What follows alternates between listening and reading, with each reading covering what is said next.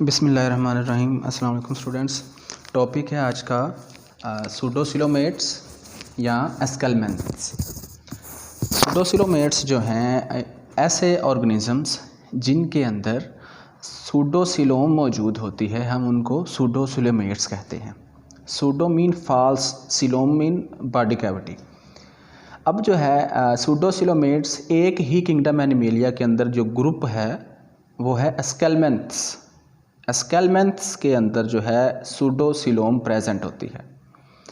एस्केलमेंथ जो है अब उसके अंदर कई जो हैं वो फाइला मौजूद हैं, जैसे फाइलम रूटिफिरा जो है, फाइलम गैस्ट्रोट्रिका जो है, फाइलम इकाइनोडेरा जो है, फाइलम नेमाटोमॉर्फा, फाइलम नेमाटोडा, यानी इसके कई फाइला हैं। लेकिन हम इस वक्त सिर्फ़ और सिर्फ किसको डिस्कस करने जा रहे हैं? फाइलम नेमाटोडा को। फाइलम नेमाटोडा के मेंबर्स को राउंडवर्म भी कहा जाता है। राउंडवर्म्स हम इनको इसलिए कहते हैं कि अगर ये आपके सामने एक स्कैरस जो है मैंने ड्रा की हुई है, स्कैरस जो है हम इसको आम ज़ुबान में, जो बच्चों के पेट के अंदर ये जिसको हम आम ज़ुबान में लप कहते होते हैं पंजाबी ज़ुबान में, बच्चों के पेट के अंदर ये मौजूद होते हैं और जिससे खून की कमी भी बच्चों को हो जाती है। अब जो है ये स्कैरस एक ड्रा की हुई है। अगर हम स्कैरस एक राउंडवर्म है, अगर हम इसकी बॉडी का ट्रांसवर्स सेक्शन लें तो और इसको बड़ा करके देखें ट्रांसवर्स सेक्शन को, तो हमें जो है ये राउंड नज़र आएगा। ठीक है जी, इसलिए हम इनको राउंडवर्म्स नाम देते हैं। ये राउंड इस वजह से भी होता है क्योंकि इनकी बॉडी के अंदर जो मसल्स होते हैं, जब ये कंट्रैक्ट करते हैं तो मसल्स के कंट्रैक्ट करने से जो प्रेशर जनरेट होता है, ठीक है जी, जो फ्लूइड इनकी बॉडी के अंदर होता है, जो प्रेशर जनरेट होता है वो ऑल साइड्स पे इक्वल प्रेशर जनरेट होता है, जिस वजह से ये राउंड अपीयरेंस रखते हैं। ये जस्ट एक इन्फॉर्मेशन थी, ये आपके सिलेबस का हिस्सा नहीं है कि ये क्यों राउंड होते हैं। उसके बाद जो है हम हमारे सिलेबस की तरफ चलते हैं। जो सिलेबस का चीज़ें हिस्सा हैं वो हैं पॉइंटेड एंड्स के फाइलम नेमाटोडा के जो मेंबर होंगे, इनके जो मेंबर होंगे, इनके जो किनारे हैं, ठीक है, इनके ये जो किनारे होते हैं ये क्या होते हैं? बारीक होते हैं, पॉइंटेड होते हैं, मतलब एंटीरियर भी और पोस्टीरियर भी। Elongated worm like body, mean ये लंबे होते हैं और वर्म की तरह की बॉडी होती है इनकी। अनसेगमेंटेड होते हैं। अनसेगमेंटेड का मतलब ये है कि इनमें कोई भी इनकी बॉडी के अंदर सेगमेंट मौजूद नहीं होता। उसके बाद जो है ट्रिप्लोब्लास्टिक। ट्रिप्लोब्लास्टिक मीन जिसमें तीनों लेयर्स, इनके अंदर तीनों लेयर्स होंगी, एक्टोडर्म, मेसोडर्म और एंडोडर्म। बायलैटरल सिमेट्री रखते हैं। बायलैटरल सिमेट्री मीन जिसमें इनकी बॉडी को अगर हम डिवाइड करें एंटीरियर से पोस्टीरियरली तो दो इक्वल हाफ्स बन जाते हैं, तो ये बायलैटरल सिमेट्री रखते हैं। इनके अंदर हेड जो है वो क्लियरली विजिबल नहीं है। हम इनका स्ट्रक्चर देखते हैं कि पहले ये सूडोसिलोम है क्या, फॉल्स बॉडी कैविटी क्या है, पहले ये थोड़ा सा देखते हैं।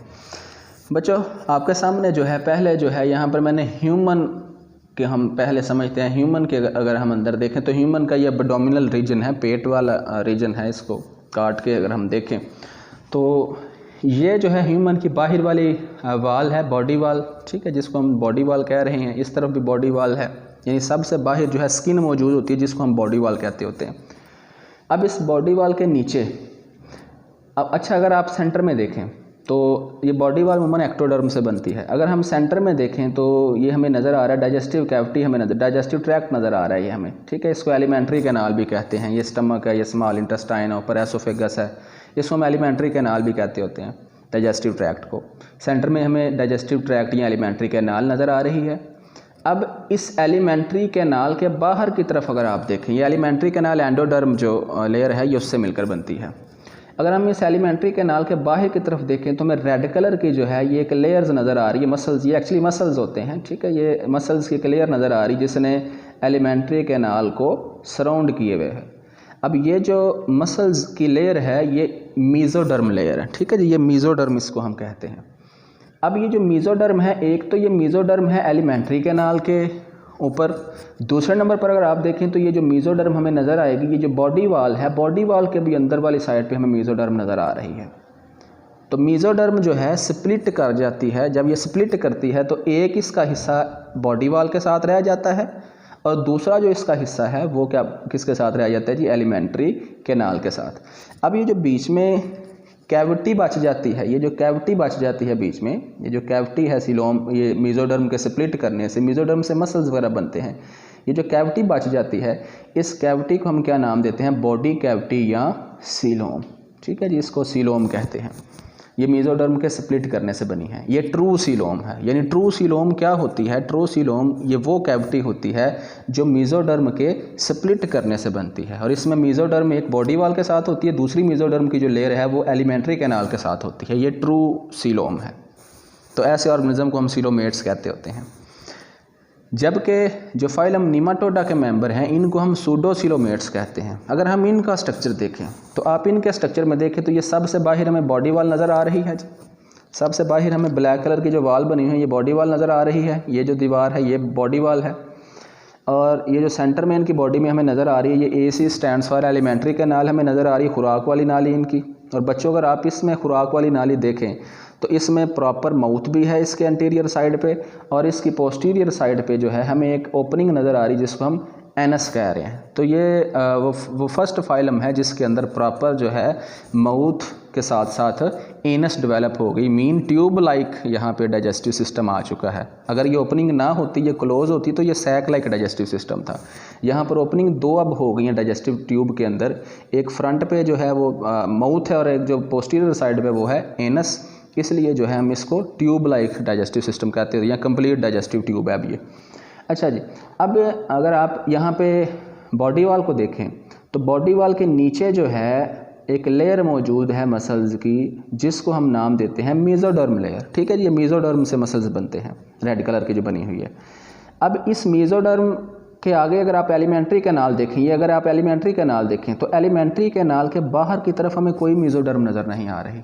ठीक है, जबकि ह्यूमन के अंदर क्या था, एलिमेंट्री कैनाल के बाहर की तरफ भी मेसोडर्म थी। इसमें अगर आप देखें तो देयर इज़ नो मेसोडर्म। तो यहाँ पे जो है इसका मतलब ये होगा, फिर ये जो कैविटी बनी है, ये जो कैविटी है बीच में, इस कैविटी को हम फिर ट्रू कैविटी तो नहीं कह सकते। ट्रू तो ये तब होनी थी जब एलिमेंट्री कैनाल के बाहर भी मेसोडर्म होती। तो इसलिए ये जो कैविटी है इसको हम नाम देंगे फॉल्स कैविटी। ठीक है जी, तो फॉल्स बॉडी कैविटी, और यहाँ फिर इसको हम क्या नाम देंगे, जूडोसीलोम। ठीक है जी। अब जो है इस जूडोसीलोम के अंदर, तो बच्चों जूडोसीलोम जो है वो फॉल्स बॉडी कैविटी है। यहाँ पे मेसोडर्म स्प्लिट नहीं हुई, यहाँ पर मेसोडर्म स्प्लिट हुई और उसने सीलोम बना दी। ये शीजोसिलस ये वाला आइडिया है। अच्छा जी, अब जो है ये जो इनकी जूडोसीलोम है, इस जूडोसीलोम के अंदर बच्चों सेल्स मौजूद होते हैं स्पेशल किस्म के। ये फ्लूइड दौड़ रहा होता है यहाँ पे। ठीक है, ये एक सेल्स होते हैं, इनमें स्पेशल किस्म के जूडोसीलोम के अंदर इस जगह पे ये जो सेल्स होते हैं, इन सेल्स को नाम देते हैं सिलोमोसाइट्स। ठीक है, सिलोमोसाइट्स। इन सेल्स के अंदर वैक्यूल्स प्रेजेंट होते हैं। साइटोप्लाज्म में वैक्यूल मौजूद होते हैं इन सेल्स के अंदर। उन वैक्यूल्स के अंदर फ्लूइड भरा होता है, जिस फ्लूइड की वजह से जो है ये फ्लूइड जो है इनको कह रहे हैं हाइड्रोस्टैटिक स्केलेटन फ्राम। वो फ्लूइड प्रेशर लगाता है इनकी बॉडी वॉल पर, इनकी बॉडी वॉल सख्त रहती है। जिस तरह गुब्बारे में पानी भर दें, गुब्बारे की प्रॉपर शेप आ जाती है। पानी जो है प्रेशर लगाता है गुब्बारे की दीवारों पर और वो प्रॉपर शेप बन जाती है। पानी के प्रेशर की वजह से आप उसको नाम देते हैं हाइड्रोस्टैटिक प्रेशर। तो यहाँ पर भी जो है इनके अंदर हाइड्रोस्टैटिक प्रेशर डेवलप हो जाता है वैक्यूल में वाटर की वजह, फ्लूइड की वजह से। तो उसमें वाटर भी प्रेजेंट होता है और भी चीज़ें जो केमिकल्स मौजूद होते हैं, जिसको हम जो है हाइड्रोस्टैटिक प्रेशर कहेंगे या हाइड्रोस्टैटिक स्केलेटन के तौर पर एक्ट कर रहा है यहाँ पे फ्लूइड। तो यहाँ पे हमने थोड़ा सा जूडोसीलोम के बारे में सीखा है कि जूडोसीलोम क्या है, सीलोम क्या है। अब जो है इसके अलावा अगर आप देखें तो यहाँ पे आपको इसमें कोई प्रॉपर हेड नहीं नज़र आ रहा। मतलब हेड का मतलब प्रॉपर सर जैसा स्ट्रक्चर, ये सिर्फ इनकी बॉडी का अगला हिस्सा ही नज़र आ रहा है, इसलिए head not clear. No special sense organs इनकी, जिस तरह हमारे अंदर स्पेशल सेंस आर्गन्स मौजूद हैं माउथ रीजन के अंदर, बहुत सारे सेंसरी आर्गन हैं, लिप्स हैं, एयर्स हैं, आइज़ हैं, ये सेंसरी आर्गन, नोज़ वगैरह जो हैं सेंसरी आर्गन मौजूद हैं, इनके अंदर नहीं है। इनकी जो सूडोसीलोम है ये बनती कैसे है बच्चों, जब ये एम्ब्रियो फॉर्म में होते हैं। एम्ब्रियो का मतलब कोई भी जब ऑर्गेनिज्म स्पर्म एग के मिलने से बनता है तो जाइगोट बनता है। जाइगोट के सेल डिवाइड करते हैं, डिवाइड करके वो सेल्स का गुच्छा सा बना देते हैं और उस गुच्छे को हम एम्ब्रियो का नाम देते हैं। तो इनकी एम्ब्रियो हालत के अंदर एक और स्टेज आती है जिसको हम नाम देते हैं ब्लास्ट्यूला स्टेज। तो ये ब्लास्ट्यूला स्टेज है।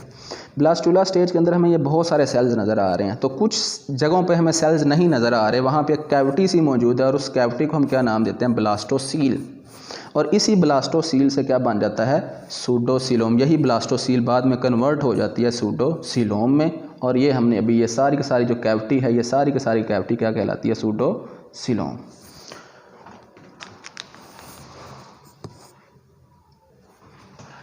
तो अब जो है अगर हम इनके साइज़ की बात करें राउंडवर्म्स के, तो साइज़ जो है जी इनका माइक्रोस्कोपिक, यानी इनके कुछ मेंबर माइक्रोस्कोपिक होंगे और माइक्रोस्कोपिक का जो साइज़ है वो लेस देन 5 सेंटीमीटर में मिलेगा, और कुछ जो मेंबर हैं इनके वो मैक्रोस्कोपिक मीन बड़े साइज़ के भी होंगे और उनका जो साइज़ है वो 1 मीटर भी मिलेगा।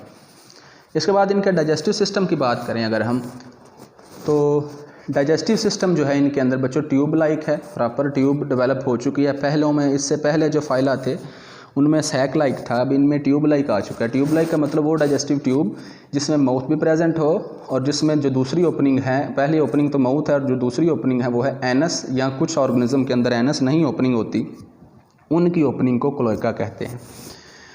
एनस वो ओपनिंग होती है जिसमें सिर्फ़ और सिर्फ जो है जिस ओपनिंग के थ्रू डाइजेस्टिव वेस्ट बॉडी से बाहर निकले, जबकि क्लोएका वो ओपनिंग है जो सिंगल ओपनिंग के थ्रू यूरिन भी जा रहा होता है, इसके थ्रू जो है फीसिस भी बॉडी से जा रहे होते हैं, इसी के थ्रू जो है स्पर्म वगैरह या एग्स वगैरह भी जा रहे होते हैं। तो क्लोएका जो है वो सिंगल ओपनिंग से सारे काम कर रही है, जबकि एनस जो है, एनस जहाँ पे वर्ड आता है एनस वो ओपनिंग है जिसके थ्रू सिर्फ़ और सिर्फ फीसिस ही बॉडी से रिमूव हो, बाकी चीज़ों के लिए अलग-अलग ओपनिंग्स मौजूद होंगी। डाइजेस्टिव सिस्टम के अंदर अगर हम बात करें तो जो पैरासिटिक निमाटोड्स हैं, वो निमाटोड्स जो पैरासाइट के तौर पर रहते होते हैं, उनका जो डाइजेस्टिव सिस्टम है वो सिंपल होता है, क्योंकि पैरासाइट्स में हम बात कर भी चुके हैं लास्ट लेक्चर में भी कि पैरासाइट्स को स्पेशल डाइजेस्टिव सिस्टम बनाने की ज़रूरत ही नहीं है। इनको बनी बनाई फूड एब्जॉर्ब फॉर्म में मिल रही होती है, डाइजेस्टेड फॉर्म में मिल रही होती है, देन ये उसको एब्जॉर्ब करते हैं और अपनी बॉडी का हिस्सा बना लेते हैं। उसके बाद जो है fluid field space between body wall and alimentary canal. अभी हमने देखा कि ये एलिमेंट्री कैनाल थी, ये बॉडी वॉल थी, और इनके दरमियान जो फ्लूइड फील्ड स्पेस थी हमने उसको सूडोसिलोम कहा था। और ये जो फ्लूइड फील्ड स्पेस थी, इस वजह से इनके अंदर एक सिस्टम बन जाता है जिसको हम नाम देते हैं ट्यूब विद इन ट्यूब।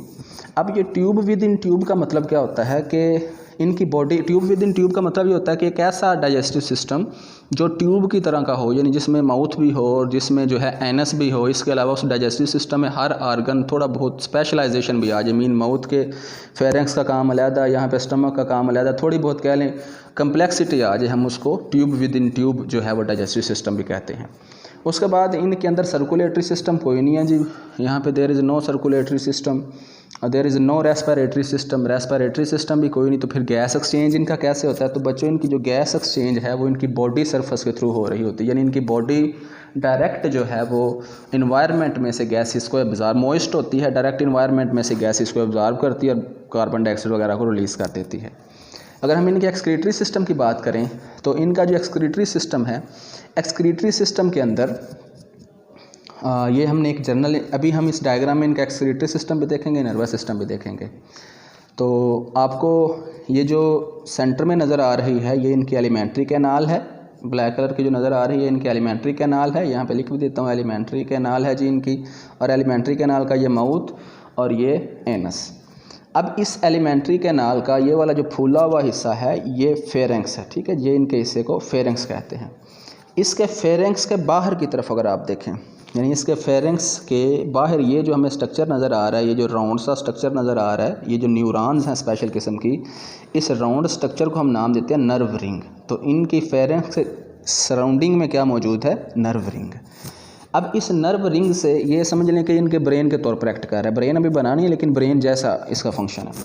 अब ये जो नर्व रिंग है, नर्व रिंग से एक कह रहे हैं लॉन्गिट्यूडनली, यानी इनकी जो बॉडी जितनी लंबाई है, इसकी लंबाई के रुख में जो है एक कॉर्ड सा निकला है, पट्टी सी निकल रही है न्यूरॉन्स या नर्व्स की, वो उसको हम नाम दे रहे हैं डार्सल नर्व कॉर्ड। डार्सल इसलिए कह रहे हैं क्योंकि ये डार्सल साइड ऊपर वाली है और नीचे वाली वेंट्रल साइड है, तो इसको डार्सल नर्व कॉर्ड कह रहे हैं। एक डार्सल नर्व कॉर्ड है और दूसरी अगर आप यहाँ पे देखें तो ये वेंट्रल नर्व कॉर्ड भी निकल रही है और एक लेटरल नर्व कॉर्ड भी निकलती है, मीन इनके साइड में बॉडी की।